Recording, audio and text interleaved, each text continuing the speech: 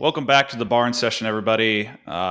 We are here on a nice Wednesday or Thursday morning now at this point, and we're here with a special guest. We have 2025 125 kilo world team member Wyatt Hendrickson back on the show with us, ready to talk some wrestling. So, Wyatt, how are you doing? I'm good. I'm good. Stillwater is the place to be right now. We have hurricane type winds. We've got hail the size of tennis. It's just the best life you could ever ask for. No, it's been good, but we just actually had a recent storm and I loved it. So I'm like a storm chaser at heart. But my wife, Emily, she's from Denver, Colorado. Not many thunderstorms. So we're driving. I have Ain't No Lovin' Oklahoma cranked to the max. I'm loving it, and she's in the passenger seat, just like shocked while we're driving through this storm. But I love it. I love it here. But but now it's the sunniest day as ever today. I'm gonna go to the lake and have a good time. So Oh, that'll be Yeah, fun. yeah. Yeah, You you guys, gotta is it you gotta like take her to bored? see some tornadoes, man. I was trying to. They said there was a tornado watch, and she's like, "Babe, we need to get home right now." And I'm like, "It's fine. Don't worry. We'll be okay." But we were okay. I don't think any tornadoes touched down near Stillwater. I wish though. That'd have been cool. I saw Stillwater's Wichita like had some crazy straight line winds, like 100-mile-an-hour straight line winds, like power outages for like 12 hours or something like that. Like they got hit really hard the other day. Yeah, that storm came through, but everything always misses Stillwater. They said there hasn't been a tornado here for the past like 30, 40 years. It always just goes around. There's like a map of it, and it never hits Stillwater. It always goes around. So Must be because of you. Stillwater's still been they kind of been through the paces with natural disasters this year. With you guys had the fires earlier, and yeah, that yeah, did suck. That was the one yeah. thing that kind of yeah, but I mean for the most part, I think almost well because actually someone on our academic advisor, his house burnt down, but with the community support here, I mean it obviously was the toughest thing is the stuff that you can't replace, those pictures and stuff. But I mean he's back. We're all I think everyone's mostly fully recovered from that. And most people actually turned it into a controlled burn. And Coach Smith was calling us up like, get over here, boys, get the tractor, we're gonna control this thing, because he needed to burn his land. So most of the guys are just like, well, another day of work, I guess we're doing it now. Yeah. So a lot of people were up at night, Troy Sprout, all those guys out there just helping maintain it and just turn into controlled burn. But yeah. Yeah. Sweet. Well, I'm not really sure where the best place is to start, but I know that we wanted to get you on here after, obviously after NCAAs went down, and you had a went through the news circuit, like the mainstream on ESPN and all that stuff. But I do want to kind of pull back to what happened in Philadelphia and really your entire year at Stillwater, because it was from our perspective, it seemed like it was just kind of like this. I don't know what the best way is to describe it, but like Magical. every yeah, everything was going great, and it was like nothing but good news the entire year. One for Stillwater and two for Wyatt Hendrickson. Um, so if you can kind of summarize that in whatever way in your experience from this past year, and how it's gone, because I mean things have been basically magical for you, for at least the last 8 months. So Yeah, and that's something actually that's what Coach Taylor said. If you come to Stillwater, I promise it'll be magical. But yeah, I'm just kidding. He didn't say that, but pretty much he did without saying it. But I remember from the very beginning, the very first call I had with Coach Taylor, we talked about, and I think we mentioned this a bit last time, but it's not just about this one year. Obviously, we wanted to be a national champion, and we did that. But that wasn't the very first thing that Coach Taylor really mentioned. He said, "Hey, we want to take over the world. We want to be world champions." He's like, "We don't want to limit ourselves to being national champions or being on the world team." And I think after I was obviously I'm super happy and blessed to have had a great tournament. Obviously, I won Final X. I'm on the world team, but I mean, I was excited, but I didn't think it was really anything to celebrate about. Our goal is to be out. I mean, even before that, like coaches like, hey, we're not training to be on the world team. We're training to be world champions. And so having that mindset going into Final X, obviously it's a stepping stone, but I mean, there wasn't really a big reason to celebrate that much because this was cool, but this isn't really my goal. I haven't really reached my goals yet, and that's going to be going to world and being a world champion.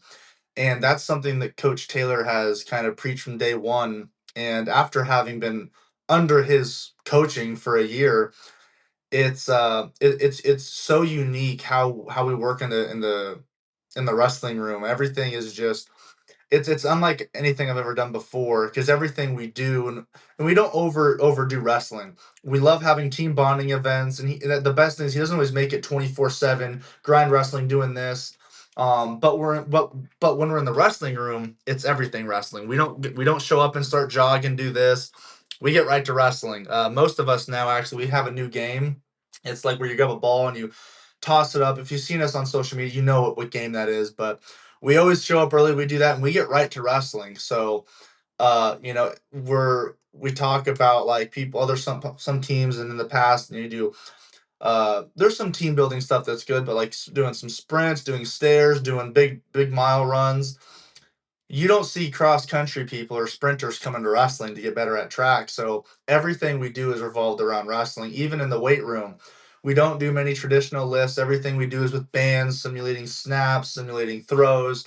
We do some dumbbell work here and there, but everything we do is revolved around wrestling when we're doing wrestling, and it just becomes second nature fun. Like I don't look at it as, oh, I gotta go into practice today and do this. It's like, oh, this is sweet. This is the time of day where we get to go and get better at wrestling to be world Olympic champions. So everything, I'd say the mindset is the biggest thing that has altered in my wrestling. Obviously, I became a better wrestler throughout these past couple months, this past year, but my mindset going into everything, because in the past I probably would have gone into uh the US Open or Final X like, hey, I'm just glad to be here and I want to do my best. And while that's still true, it's like I found I would have been content just placing top three or just making it to Final X or even making it to the national finals against Gable Steveson. In the past, I would have just been content. But you know what? I think I've done enough. Whatever happens, happens. But now my perspective on everything is like we are coming. I'm coming to take over the world, and I don't mean that in an evil sense. But I mean in the wrestling world, I want to be number one in everything. And so going into these matches, my mindset's not like obviously I'm grateful to be here, but it's like, hey, this is what it's all about. I've worked for this moment. I'm not going to waste it. I'm not going to take no for an answer. I'm not going to take this loss for an answer. And I think my opponents, whoever it is, when I wrestle them, no matter how many points they start to score on me, they just feel my presence of I am going to die on this mat or I'm going to win. And that's what makes me so dangerous is they feel it. Like they can just feel when they tie with me. Even they get a move on me, or like Trent's hit me with 2 4-point moves so far when we've been wrestling him first. And for most that probably inspires some confidence, which I'm sure it does a little bit, but then he's still just like, that doesn't really matter. Like this guy's still going to be coming after me. And I know what that mindset is because in the past when I've wrestled people, I've been that person with the wrong mindset. I've wrestled Mason Paris a couple times and my mindset wasn't there. I was like, oh, I'm just grateful to be here wrestling. And even though I think one match I was up like 7-0, I didn't feel that confidence of winning that match because my brain was still just like, it's okay.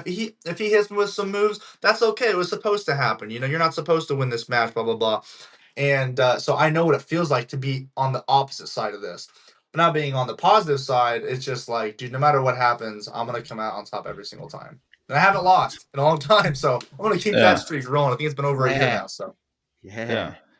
That's so. I mean, it is interesting to hear like having this attitude that's centered around like just gratitude for being able to be there and have the opportunity, but then also tacking on top of that because that's what it was before, and now it's not just that. I'm not just happy to be here, right? I need to have this assertion and this aggression that like I'm going to go out there and I'm going to dominate and I'm going to win and I'm going to do whatever it takes to get that done.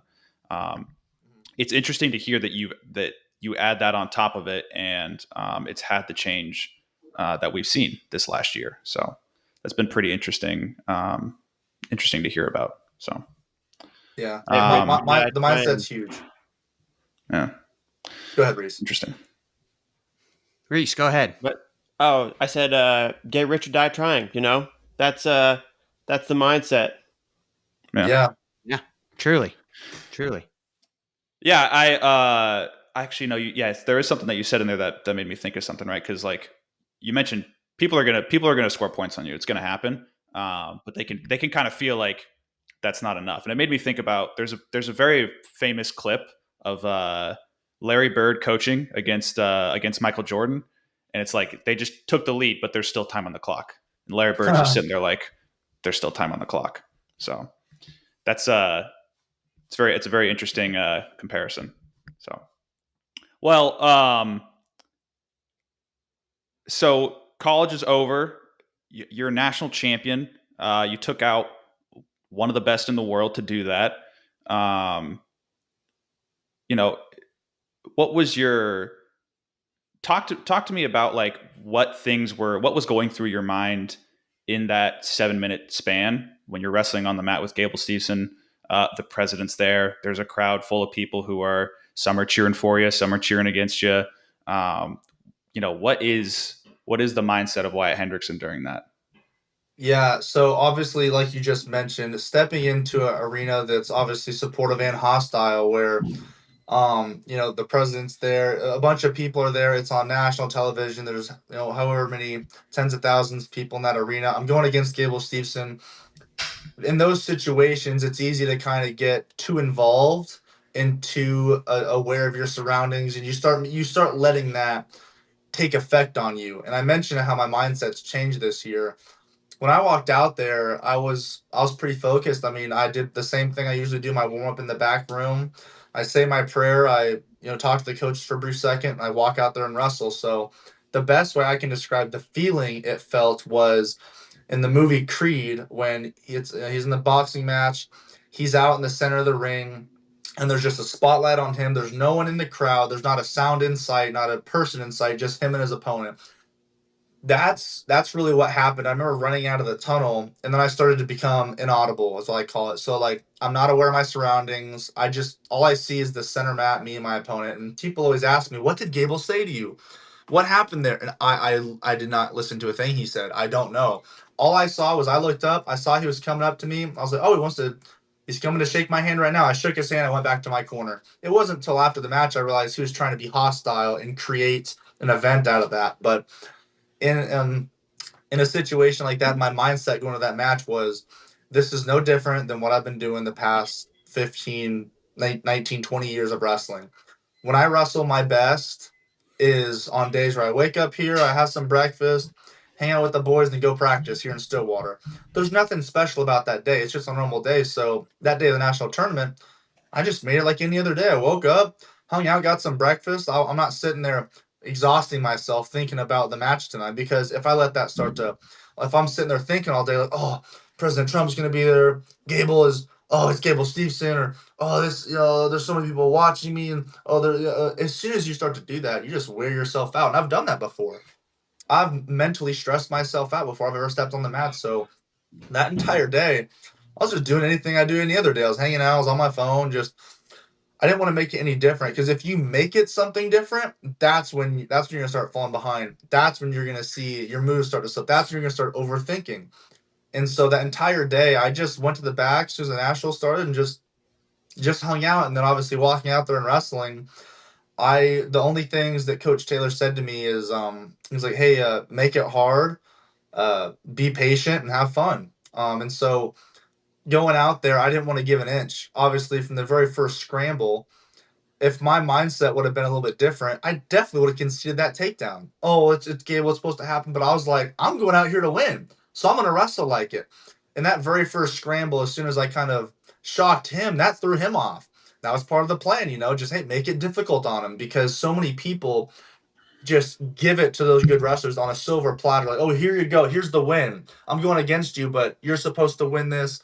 Blah, blah, blah, blah, blah. Yeah, no, that's not the way it was going to go. So I went out there, and that was probably a little bit new for Gable, because most when Gable gets to someone's legs, they're so shocked and they're so concerned they're wrestling Gable Steveson that they fall over. And I know that because that was me. The very first time I wrestled him, my freshman year at NCAA's, I was freshly out of high school, and I was like, I just watched this guy win a national. I just watched this guy in the NCAA's, and that was someone I looked up to. And obviously, looking up to someone and going against them, that's pretty sweet. And so the first time I wrestled him, I was like, oh, it's Gable, or it's this.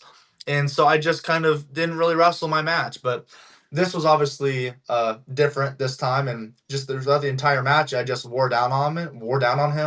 And in that last 30 seconds, This is, and people are like, did you plan that? What I was trying to do was get him shaken up, get him out of his stance, finally wear him down. And if you look back to the match, when I did that snap, that was the first time he put his head down. The first time I was like, he's tired. I kind of knew that because going into the break, he threw that challenge brick, but I don't think he knew he didn't have that takedown. I think he just needed a breather. And so I walked to the corner. I'm like, Coach, like he's tired. He's like, yeah, I know. Go win this. And so that last shot, when I was moving, I was faking. That was the first time when I snapped him, he let his head go down. And I shot right after that. I took him down and we finished the match. But that was a long response to that one question of but Yeah, but there's a couple other things in there because you mentioned how I think you said it earlier this year in another interview how because you've gotten a lot of pins in your college career, but you kind Correct. of what Coach Taylor said to you like, hey, we need to be able to wrestle full matches, yeah, right?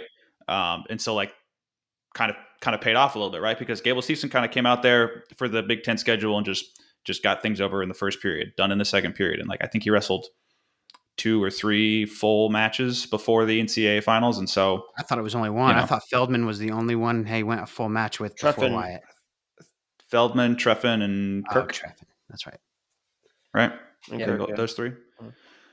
So I mean, yeah, that coach's insight pays off. And mentioning the idea of having fun, just from the perspective of social media, like with Stilly Boys and everything, the fans get a pretty good understanding of like this team likes to enjoy their time, not just in the room, but spending time together outside of the room.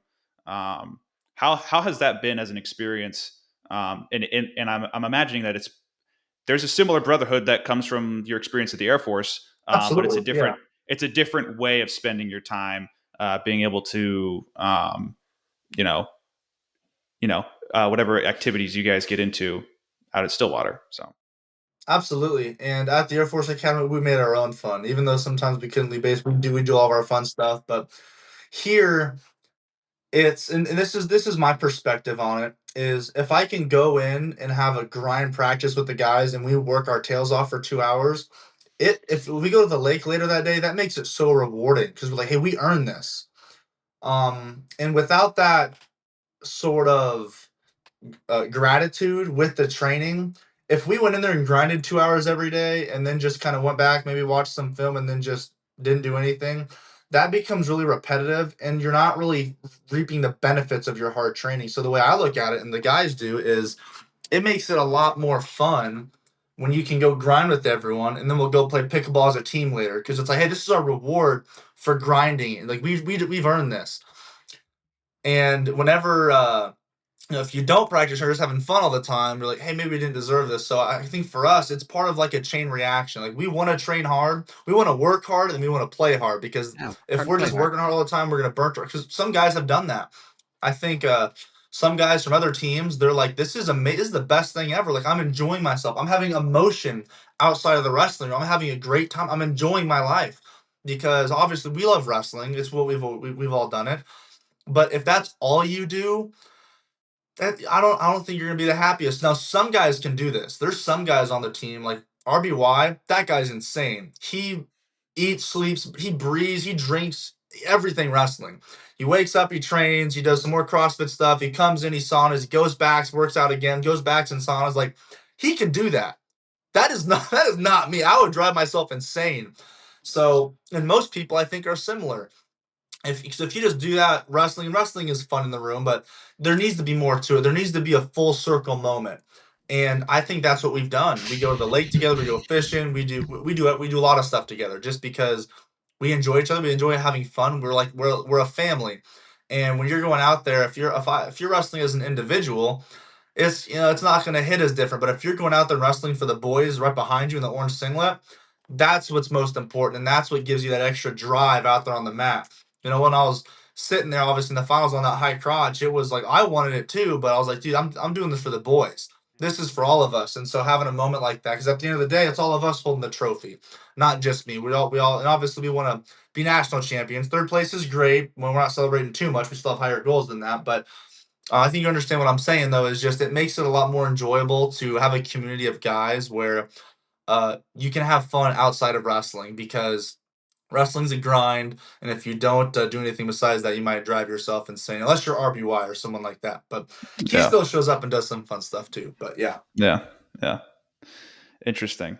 Um, yeah, it's a cool, and like I've seen a similar version of what can be described as the recipe for success in terms of building a culture Yes. within a program that that not only are we, we're not just here to be a wrestling team. We're not just here to get better at wrestling.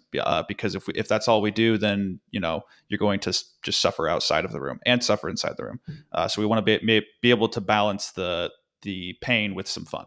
And so yeah, I mean, I think that's awesome. I think that things are great in Stillwater. What do you see moving forward? Because you're in Stillwater through 2028. What do you see things looking like for Stillwater for this next Olympic cycle, basically? I think a lot of people are seeing that Stillwater's a great place to train, and people are coming here to wrestle. But more than that, there's a lot of people even from other countries that are trying to come here and train. And so I think the RTC here is obviously growing immensely. A lot of us that just graduated, you know, Dean, Cameron, Caleb, myself, we're all sticking around to train, which is going to start building that RTC. Obviously, we have some more people coming in RBY. We got Mirzo. We've got multiple guys here. And Gaston Garrett. We got a lot of guys here that are going to continually build this RTC. Coach Roper, he's been amazing. I love that guy. His IQ on the mat's pretty intense. He sees stuff that I never would have seen a mile away, which is the best part. We have a lot of aha moments, but I just think the way it's moving is towards probably one of the best RTCs in the United States. Obviously, Penn State, Nittany Lion right now is amazing. But I think with our vision and the way we see things going, because we have a vision of everything we're doing. Now it's playing out.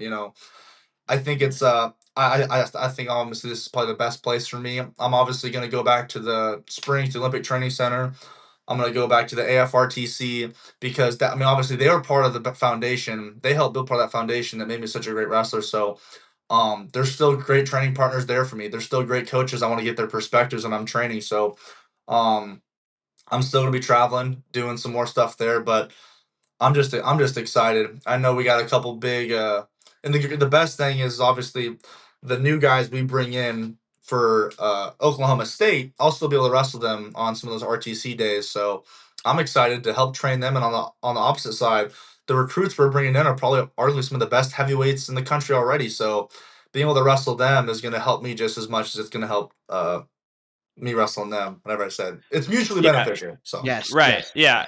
How because like one of the big recruits in this next class is going to be Drayshawn Ross. correct. And you know, what what is your perspective, or what's your stance in terms of, you know, we're helping build each other, but like, are you out there saying like, I want to make sure not only that you're helping me win an Olympic title, but that I'm helping you, go out there and win a national title for Oklahoma State, or get yourself poised to win an Olympic title once it's your time. Yeah. Is that just like, that's what I want to go into this room and do for you, and like help establish that culture, even though you're not on the team, as a member of the RTC, you feel like this is something that, one, I enjoy doing, and two, that I'm obligated to do. Yeah, I think it's just there's no formal stuff. I think it all just Right. comes with us caring about each other. I mean, Drayshawn Ross was my partner for Pan Am's, and it's just I enjoy helping people no matter what. And sometimes people don't want my help. I think that was before I was more accoladed wrestler, but it's like, who are you to tell me? If Yeah. there's a guy's a state champion and the guy in your team who didn't even qualify for states trying to tell you what to do, you're like, yeah, bro, like, Yeah. okay. But like even just wrestling Drayshawn there, I can't help but want to help my guys. Like whenever Drayshawn would shoot, and I'd stuff his head and go, I'm like, hey man, if you would have done this, I wouldn't be able to do this. He's like, oh really? Yeah. And so it just kind of happens. And the biggest breakthrough I'm finding myself help these guys is mindset. But for example, someone like Jax Forrest, he already has the mindset of a champion because in his head, he's not worried about, oh, I'm 17 years old or 17, 18 years old facing this 25-year-old national champion. He doesn't care. He just wants to win. And so he doesn't let that mental barrier get in front of him. I first had that barrier when I came to Oklahoma State. I'd wrestle Coach Taylor, and sometimes I don't know if I just wouldn't fire at the position. Like, oh, well, this is David Taylor. Like, so you kind of, like you said, I talked about, yeah, so you put him on a pedestal. And Drayshawn was letting me take him down in all these positions. And I'm like, I was like, Drayshawn, I had a very serious moment. I'm like, dude, I don't care. This was funny because I said this for a reason. I was like, I don't care if you're facing the heavyweight champion or the Dan Hodge Trophy winner or I was like, I don't, because he's wrestling me. I was like, I don't care who you're wrestling. Don't change the way you wrestle just because you're wrestling a more accolade or prestigious wrestler or whatever. Like, you're letting me get this stuff because your brain thinks you should. I'm like, not because I'm actually earning it, because I was getting in some sloppy positions and I was taking him down. Like, dude, you need to stop this. I don't care if you're going against Coach Taylor. I don't care if you're going against Starachi. I don't care if you're going against DJ Hamidi. I don't care who you're going against. Don't change the way you wrestle. And just off of saying that, I saw his brain kind of click. Because the next time I got to his leg, he smashed and bounced my head off the mat and circled away. I'm like, yes! Like, that's what I'm freaking talking about. And so I get fired up helping these guys because real time, I'm seeing their technique and their mentality and their attitude change in these situations. Yeah, so at the club that I help coach, like I have the exact same issue where the kids around my weight, they'll be like tearing each other up, and it's like, okay, you're gonna wrestle with me now, and then they're all timid and they're like, oh, it's coach, I don't want to hurt coach, and or I don't want to, I don't want to, piss off coach or something like that. And it's like, just wrestle me like you're trying to win, like you're trying to score. And so yeah, I think that's a great thing to instill to those guys because it's something that you learned this last year. Yeah, that's awesome. I've kind of taken charge of the questions. I'll leave some space for the brothers, Ryan and Reese. Go ahead. I got a question. So who all do you regularly wrestle with in the room? Like, do you wrestle with like Zahid and guys who are like that much lighter than you? I've wrestled with Zahid a couple times, yes. And I think because of and Zahid can wrestle me. Like, he gets to my leg. He's the one guy in that room that's a lower weight that it's ridiculous. It kind of pisses me off a little bit. He gets my leg and like I sprawl and he finishes on me. No one else should. You should not be able to do that. That's like inhumane for someone to. It's ridiculous. I'm not kidding about that either. I was kind of getting pissed. I'm like, dude, like, how can you take me down? Like, I'm sprawling on you and I weigh like 65 more pounds than you. But I think he has a lot of good partners that lower weights. So I think I've wrestled him a couple times. Most of the time we just spar because he's fast. He has that movement, and I love that. But I think one of my biggest training partners is also Connor Doucette, the previous heavyweight. He's still been training. That guy has gotten a lot better this past year as well, obviously. And that was actually one of my closest matches was our challenge match. Our challenge match was a 5-point match, which was probably one of my closest matches all year, obviously besides the finals. But I mean, he was already top 8, and then I came into Oklahoma State, and so we've obviously we both made each other better this year because we had a bunch of grinds where we just keep getting better and better, and so he was probably my number one training partner. Luke Serber, the 97-pounder, he now still hangs around. He's about 220, so he gives a great feel. Gary Traub, I wrestle with him a decent bit. And Coach Taylor, I wrestle with Coach Taylor. That's probably my favorite because he's just, for him, I understand. I learn technically by people doing stuff on me. I mean, as like a prideful wrestler and what I do, and I'm sure like you guys can relate. If someone does a move that works on you, you're like, okay, it's probably a pretty good move because I have high standards for the wrestler I think I am. And so whenever Coach Taylor does stuff on me, I'm like, what did you just do? And show me how to do it. Yeah. Because I'm like, I'm a pretty good wrestler, and so if you're getting stuff on me and you only weigh 200 pounds, it's probably gonna work if I can learn to do it. So wrestling Coach Taylor's been pretty insightful, but I like sparring with littler guys. Like even Coach Kennedy, sometimes we wrestle and because he's really fast. And so I have to be really precise on my movements and my shot selection because all he has to do is kick his legs back and circle and he'll snap my face to the mat. But I mean, I feel like I have smart mat IQ. and wrestling IQ. So if I wrestle a lighter guy, I'm not gonna smash his head in. But that's probably the most fun. I've drilled with Troy sometimes, which is a little on the more extreme side. But I mean, I like wrestling with everybody. I think Spencer Lee said that he can't wait to get his hands on you. And I probably will. I was actually talking to him. Well, like that's the craziest thing is those little guys' grip is off the charts. And I guarantee if he grabs my wrist, I probably won't be able to shake him off. And so, No. I mean, they're little firecrackers. They're powerful. And I don't want to say like they're. I always say this. They're not small wrestlers. They're just lighter weight class because these guys are huge. These guys are like pound for pound. They're all stronger than me. But the smaller the lightweight wrestlers, those guys are powerful. It's insane. Right. Ryan, do you have anything? Yeah. Actually, we're kind of. I want to segue off of kind of what you said, bringing up Spencer Lee. Like, have you kind of gotten to know some of these guys that you're going to be teammates with here at the World Championship yet? Yeah, I've known a couple of the guys. David Carr, I've known him for a little bit. We met a couple years ago. Hidley, we actually went to Mexico together. So some of these guys, I've kind of been seeing them around more, and I think I need to do a better job at reaching out a little bit more because when we're at these tournaments, everyone's used to their own routines and stuff.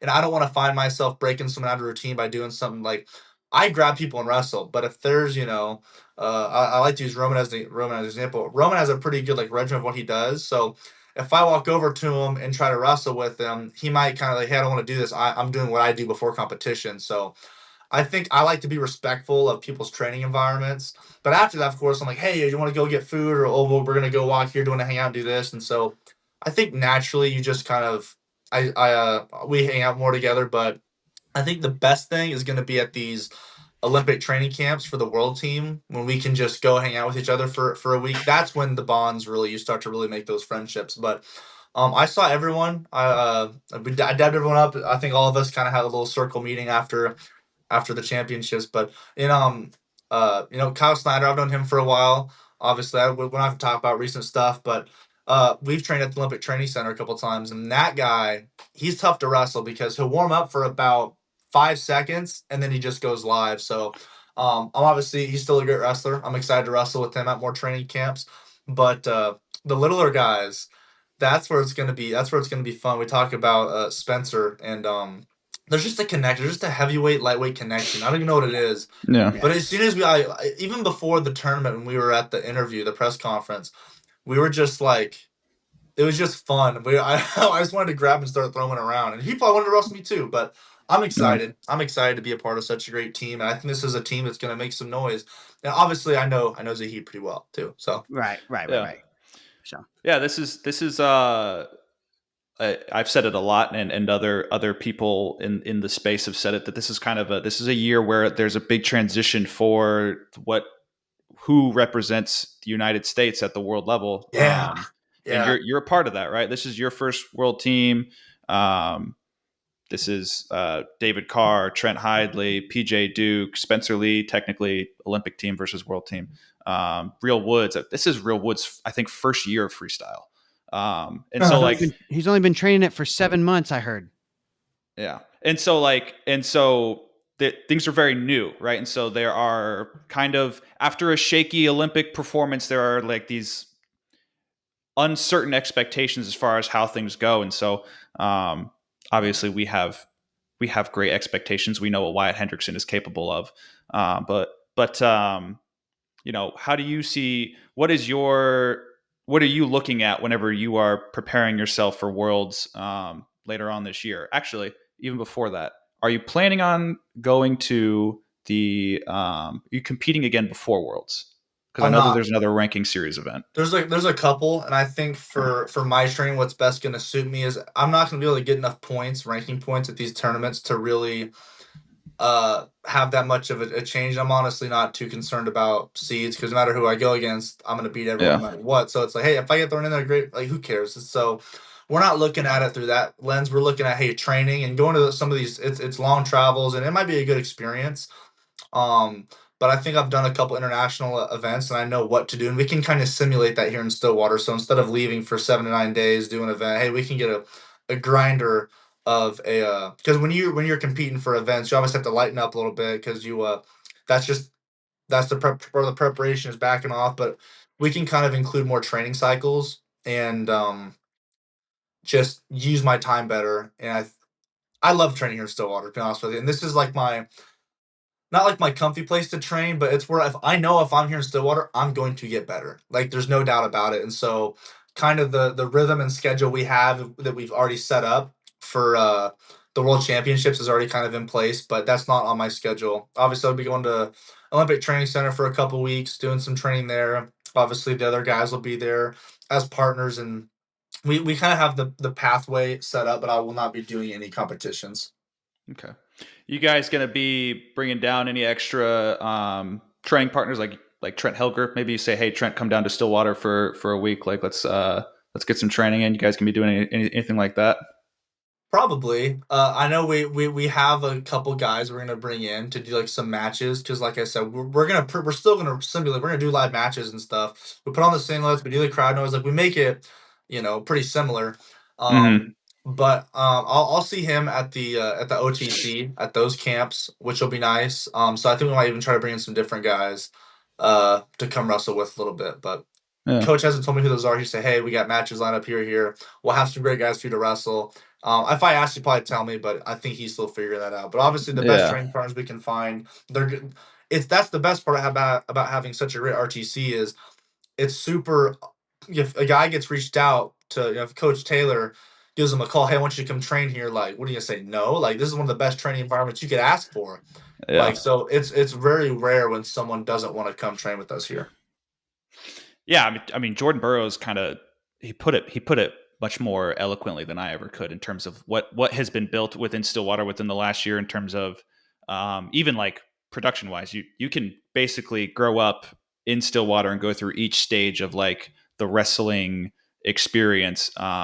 They have the youth level. They have a great high school program. They have a great college program. They have a great RTC, and so you kind of have everything you need to have in order to be able to be a world champion, an Olympic champion down in Stillwater. So I agree. that makes sense to me. Yeah. Okay. Do you Go ahead, guys?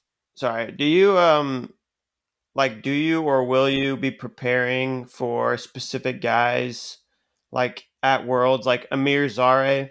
Would that be something like that you would prepare for, like that kind of match, or Coach Taylor would prepare you for? Based on the past this year, when Gable joined, we never trained anything the way I trained. And obviously he was one of the best wrestlers. But what the coaches do, they watch film on my opponents, and without me really even knowing, they'll come in one day and say, "Hey, we're gonna work on this," because there were a couple things I realized that Gable did, especially in that last shot. One thing Coach Taylor emphasized with me is hiding your ankles. So when I'm shooting and I'm circling the corner, I'm hiding my ankles because you can see Gable was trying to reach for my ankles. But since earlier in the season, we worked on that because that's what the best wrestlers do. He couldn't get my ankles, and so it's situations like that where Coach Taylor will find stuff that the best wrestlers are doing and just incorporate that into my wrestling just because it's how to be the best wrestler. But we don't stem that all from one guy. Now I'm sure I haven't watched any film on him yet, but the coaches have. I'm sure they're gonna see what his key moves are, whether it's a chest wrap or the throws, whatever, and they're gonna make that cognizant to me. But I'm not gonna really change the entire way I wrestle based off that. Because if maybe there's a smaller guy or a guy who's not that prestigious that I run into, and I'm prepared to wrestle the best guy. But if there's another guy, I don't even make it to him. Like, it doesn't matter. So we take it one match at a time, and the coaches do a great job at whoever I wrestle. They're not saying, "Hey, that he's gonna do this. You need to do this." They're just like, "Hey, be cognizant. He's a right leg lead. He snaps a lot." Or, "Hey, watch this ankle. He'll sweep here." So we're not because you don't want to. I don't want to be thinking that when I'm wrestling, like, "Oh, watch out for this. Watch out for this." No, the professional skiers going down a mountain doing backcountry, they're not like, "Okay, there's 20,000 trees I need to avoid. I'm gonna dodge this one, dodge this tree there." they're just focusing on their path, not the obstacles. So for me, the coaches just do a really small, they put something in my head like, hey, watch out for this. And so I'm like, okay, I'm cognizant of that, and I'm just still going to wrestle my match, but with a little bit of cautious here. I'm not going to reinvent the wheel and try to change. I know how to wrestle. The coaches know I know how to wrestle. My opponent knows how I know how to wrestle. But should I be cognizant in a couple positions? Absolutely. But I don't think we don't do that much crazy, like, specific work. Now, if there's someone who, I forgot who it was, and I'm not a big. I don't watch wrestling very much. I just do it. I'm not a fan of the sport. Unfortunately, I love wrestling, but I wrestle enough. I don't need to watch stuff. But what's his face from Russia? Who the big chest wrap guy? Like, Sadulayev. When coach was a couple things. Sorry, I'm brain farting a little bit. But You're good. You're good. You're good. Sadulayev, whatever. Potato, tomato. Whenever Coach Taylor was training for that, there was a couple days where we came in and I was Sad July and I was doing the chest wrap on him. So obviously there's some days when there's someone who's really good at something, you should probably practice it a couple times. But I guess I'm gonna ask you guys. You guys have watched it. What's his name? Amir Zare. Yeah. Amir Zare. What's his best moves? What are his best moves? I'll leave the expert analysis to the coaches that you have. He does they know wrestling a little bit better. Yeah. The biggest thing he likes to do is underhook and push you around. That's really okay. That makes sense.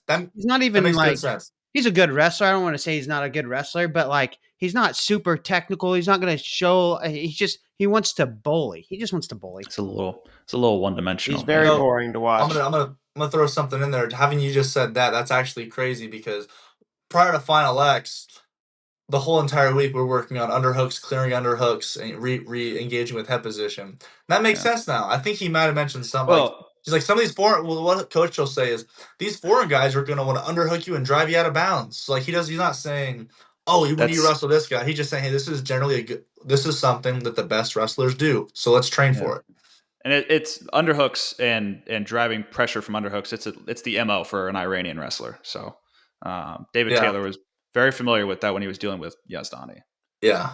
You'll have someone who's pretty familiar with how to navigate that position in your corner. Thank goodness. Yeah, so I mean that makes sense to me in terms of like you just need to worry about getting better at wrestling. Now, how you get better and like what positions you're working on, you can leave that to the coaches. That makes total sense to me. So yeah, that's and every guy's different. Out. You know, there are guys who will watch film and game plan and kind of like they're good at switching up. Everyone's different, like, and everyone's different. Yeah. Yeah. I know, like Chris Perry, man. He like when he was competing, he would like when he wrestled Andrew Howe his senior year, lost to him the first 2 times, and then basically like the next 2 times he wrestled at Big 12s and then at the NCAA championships. He changed his style of wrestling to better suit Andrew Howe, and he took out Andrew Howe. So I mean, you know, that's just kind of how it is. But then there's guys like you, or guys like Spencer Lee, who they don't need to switch up their game plan because it's going to work on everyone. So yeah. Speaking of something that works on everybody, you have a pretty good gut wrench. You're pretty good. You're at least pretty like good from the top position as a whole. Chael Sonnen said that nobody could gut him. Do you think you could? Oh, yeah. Who? Chael Sonnen. He's a talking head now. Oh yeah, of course. Yeah, you got him. You think you could gut him? Don't know who he is, but yes, I could get him. Okay, all right. Yeah. We'll make sure. I really don't watch wrestling, guys. I really don't. I mean, dude, he's a UFC guy. If you older UFC guy, now he's a talking head. Like, oh yes, I know. Sorry, yes. I know what we're talking about now. Yeah, he went to Iowa practice. He said that. Yeah.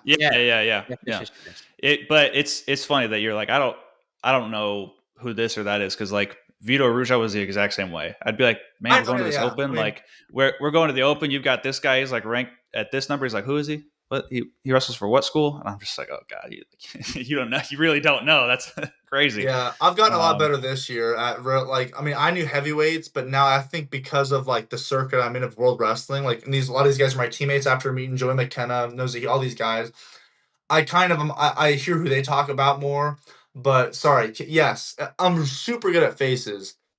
absolutely terrible at names. But Okay. yes, I have seen that video, and I do think I think I could gut him. I think obviously the people that have tried to gut him are probably a little smaller, but I mean, if I get if I get it exactly where I want it, like I know I'm turning a guy. So Yeah. I think it's just a matter of fact, you need to get into that position, which I think I could get. So I'll have to give him Yeah. a call. My last question, Sammy, real quick.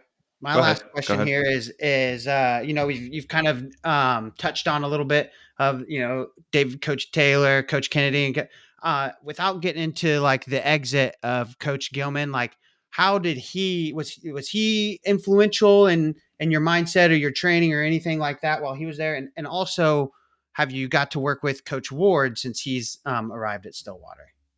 So first I'll talk about Coach Ward. So Coach Ward, I actually just finally sat down and had a decent talk with him yesterday. But he's still in the transition of getting his family here and moving all that stuff. And so he's been in the room. I've met with him. I've talked to him a couple of times, but I haven't had the opportunity to like really bond with him over wrestling in the wrestling room yet.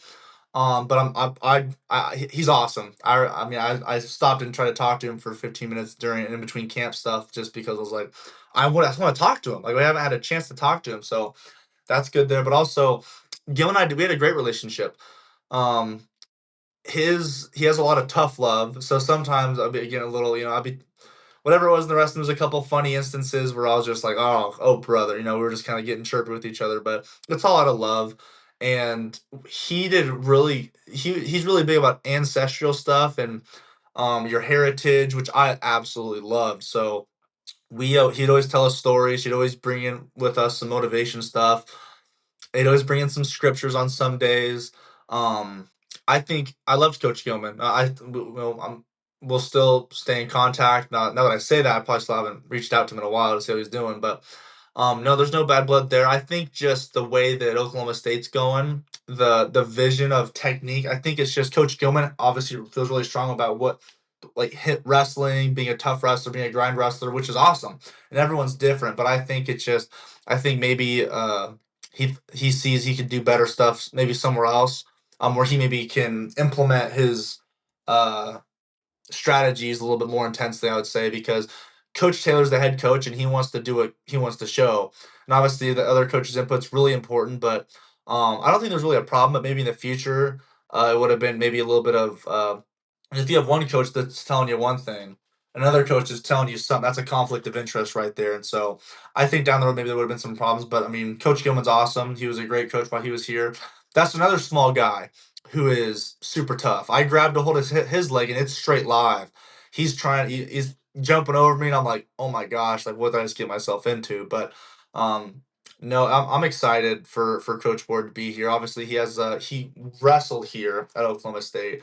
Wen was the head coach at Army, and now he's back. So we both have an understanding of what it's like to be in the wrestling world at the academies, which is that's a bonding thing we have that no one else in the team has. So That was that whenever they hired Coach Ward, I was like, oh, that'll be cool for Wyatt to kind of have another yeah, academy guy in there.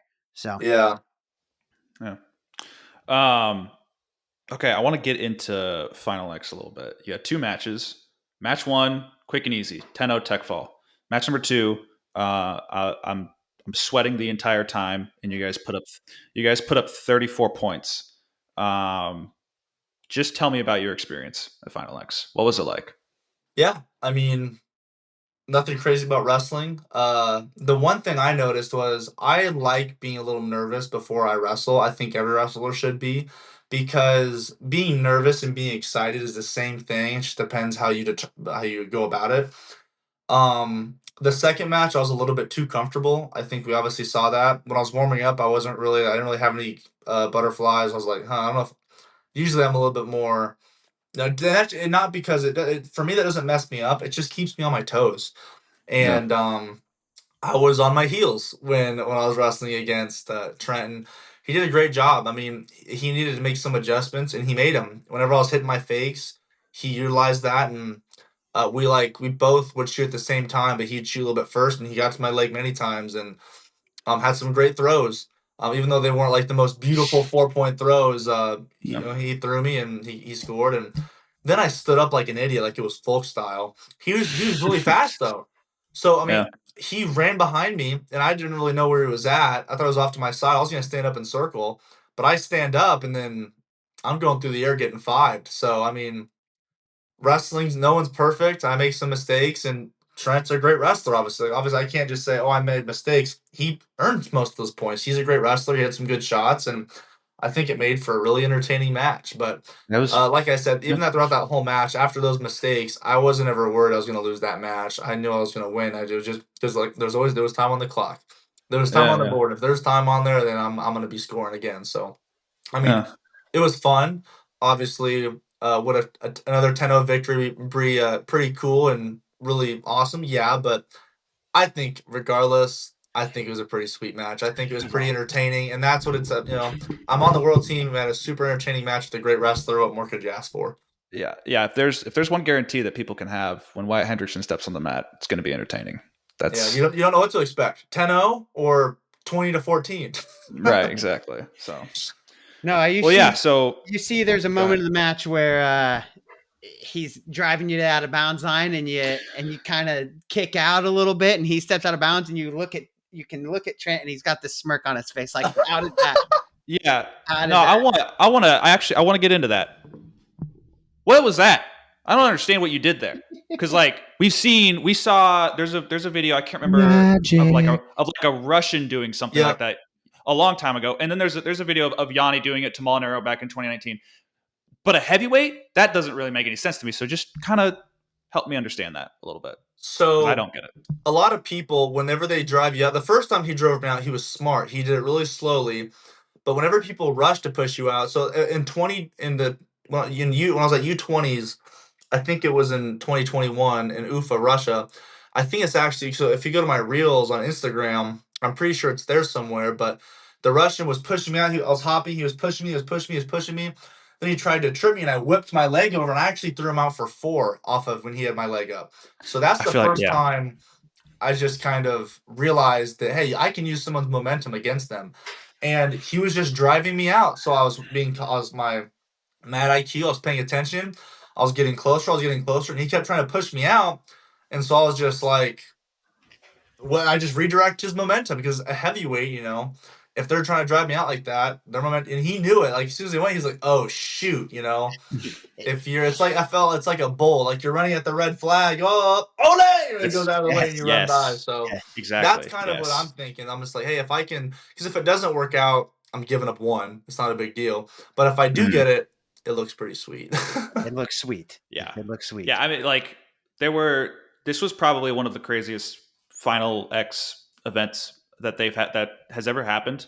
And like there were a lot of highlights that people put out on social media, but like nobody put that out there. And I'm like that nobody. I don't know if people understand just how insane that was in terms of like because yeah, it's 1 point in a 34-point match, but it's just the way it happened was the crazy. athleticism was unreal Yeah, unreal yeah. So, I get annoyed with the people online who are like, how did he go from 10-0ing Trent Hilger to letting him score 14 points? Like, and then it's like, these people don't think.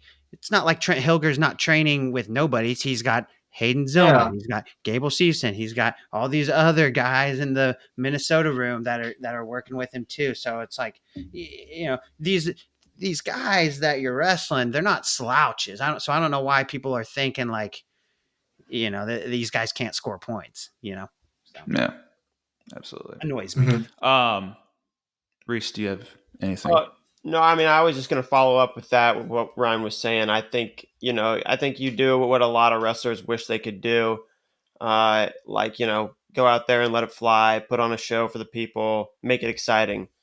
Spencer Lee talked about that after his series. He over and over and over again, he goes out there and he wants to score points, but for some reason he'll hang back in a lot of his matches when he gets that lead.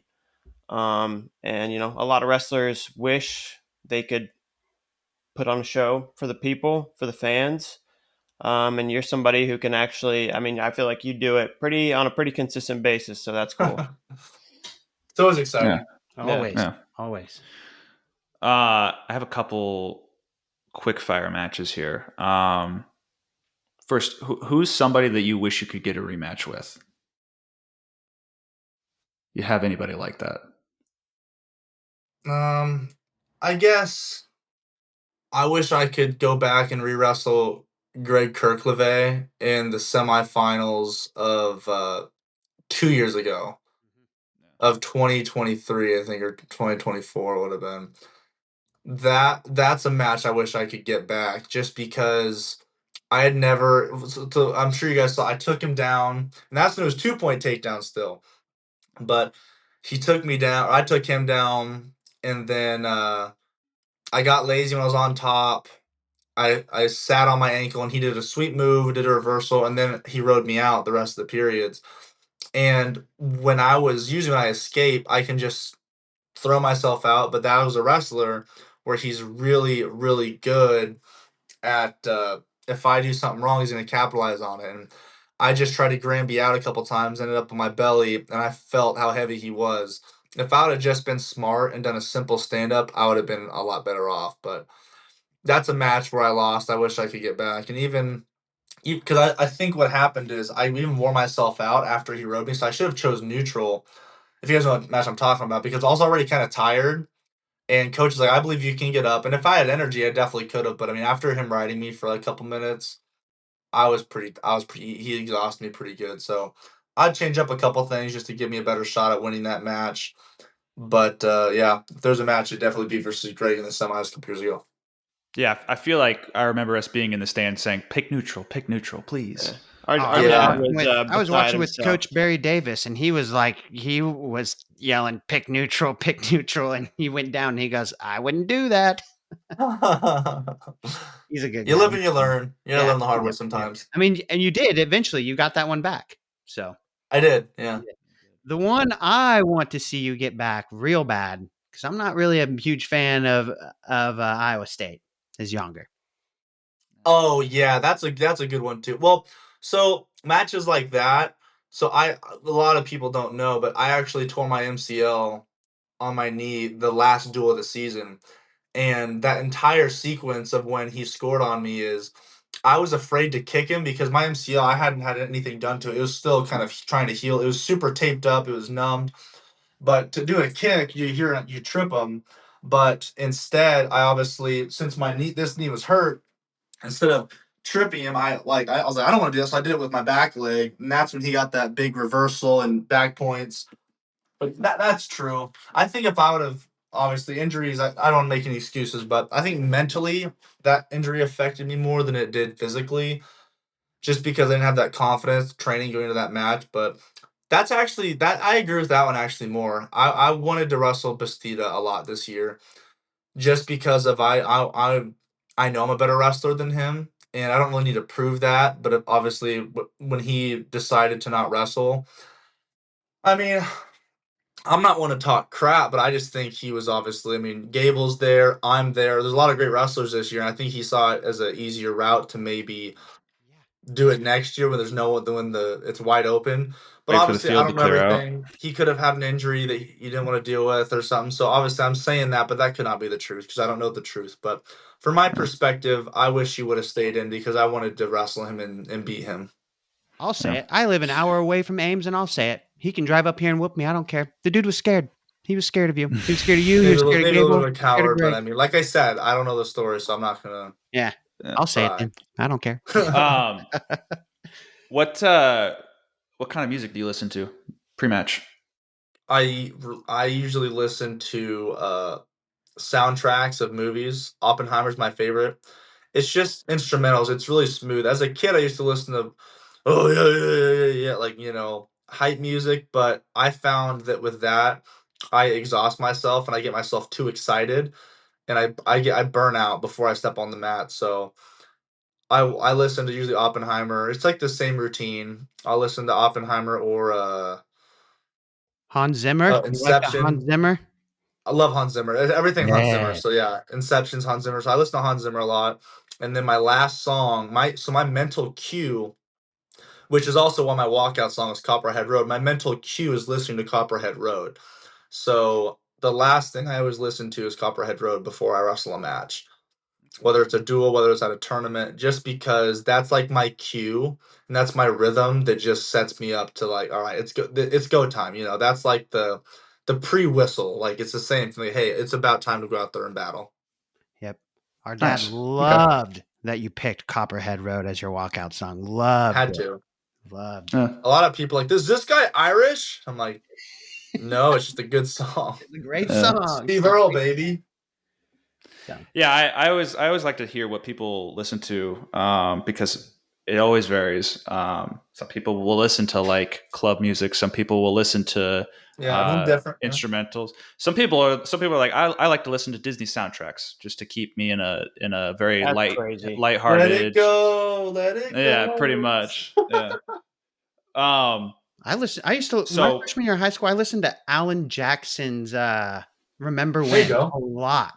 a lot, just because like I would feel my heart rate like rise, and that song always just brought me back down for some reason. Yeah. I wrestled better. Yeah. I don't know. I like that song Yeah. too. So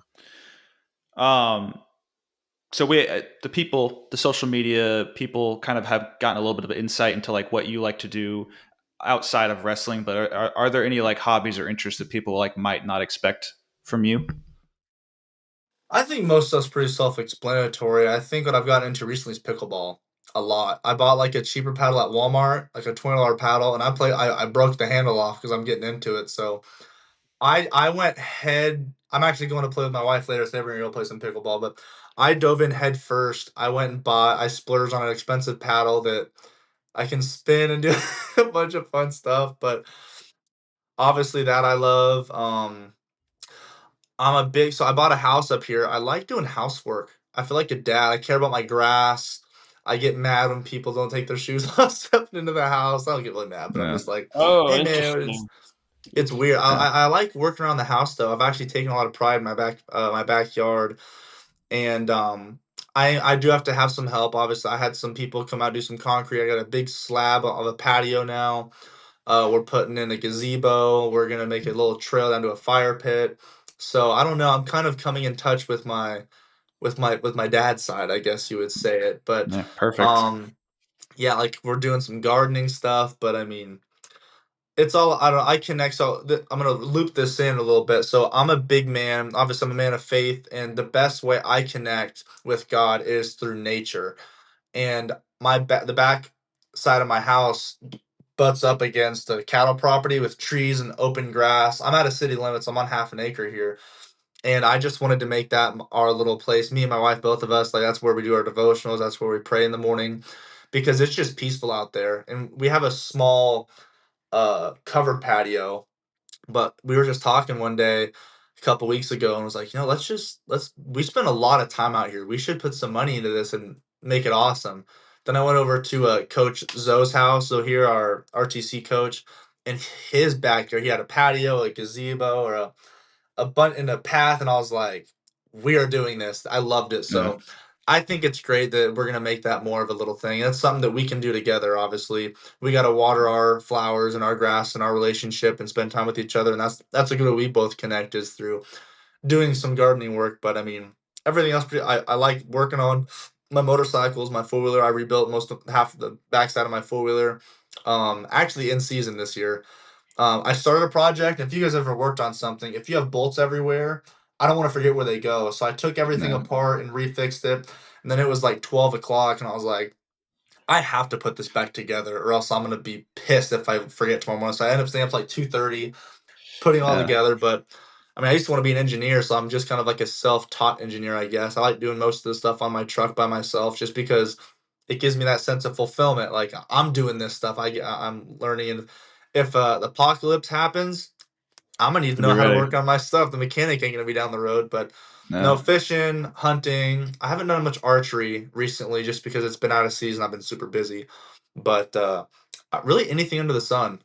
I love it. I always do Yeah. everything. So Yeah. Awesome.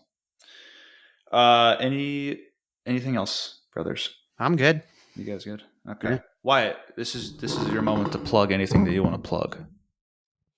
I'm gonna say two things. Two things. So recently a question I've been asked is like as the follow-up question is if there's one piece of advice you could give to yourself 10 years ago, or you could give to anyone right now that wants to develop a wrestler and they feel like they're hitting a standstill, is I would say it's super important to focus when you're in the wrestling room and make that time valuable. So when you're in the wrestling room, if you're in there and you're not mentally there, it doesn't matter. 'Cause if you're sitting there thinking about dinner, thinking about your girlfriend, thinking about something else, you're in the wrestling room, but you're not getting any better. You're not focused on doing anything really. So the first thing is if whenever you're at practice, give wrestling your full attention. You have 24 hours in a day. An hour and a half of focused, dedicated time to wrestling is not too much to ask. And if you want to be a great wrestler, that's what it's going to take. And so that's the first part of it. And the second piece is another piece of advice is there's no substitute for hard work. And me growing up wrestling, I was never great at the technical aspect of stuff, but I knew how to work hard. When I first saw success, I was losing matches most of the time, and I'd have to wear them down so much where they'd be tired, and I'd just start turning them or I'd pin them. And having a foundation of hard work is really important because in this era of technology and products, protein shakes, all this stuff, a lot of kids are wanting to find a shortcut. They're wanting to find a cheat code, and they're forgetting that there's no substitute for hard work because it's obviously hard work. It's super simple. It's super basic. It's not really a bunch of glory behind it, but that if you want to be the best, you got to put in that hard work. So all these kids, hey, Wyatt, what wrestling shoes do you wear? What supplement do you take? Or what do you do this? I'm like, that's great, but you guys shouldn't be worrying about that unless you're doing everything else right in the wrestling room. If you're going and having dedicated practice and working hard, then we'll talk about that stuff. But until you have that foundation, stop trying to find a shortcut, stop trying to find a cheat code, because what that tells me is that you're not willing to do the hard work and you want to find a shortcut to be a champion without putting in the hard work. And that's just there's no way it's going to happen. There's 8 steps on the podium, and there's a reason that only one person steps up to the top. So that's what I like to kind of leave with for anyone watching this. And that's the best place to start is right there. It's not any special move. It's not any special sauce. It's just good old fashioned hard work. Hard work. I Love it. think of this visual, this meme that I see a lot. There's 2 booths set up. It's one booth that says people who want to be the best, and then the other booth has people willing to put in the work to be the It's best, right? one person, And then yeah. then there's only one person there. There's a line on the other one. Like that visual is so powerful to me. So That's exactly what it is. Yes. yep. Awesome. Well, hey, we're gonna wrap things up here. I gotta go to my dentist appointment. And so Consultation. thank you everybody for listening. This was great. Wyatt, very insightful, lots of wisdom. It's awesome to see. Super excited for you at Worlds. So yeah, thank you everybody. Have a good day. Goodbye.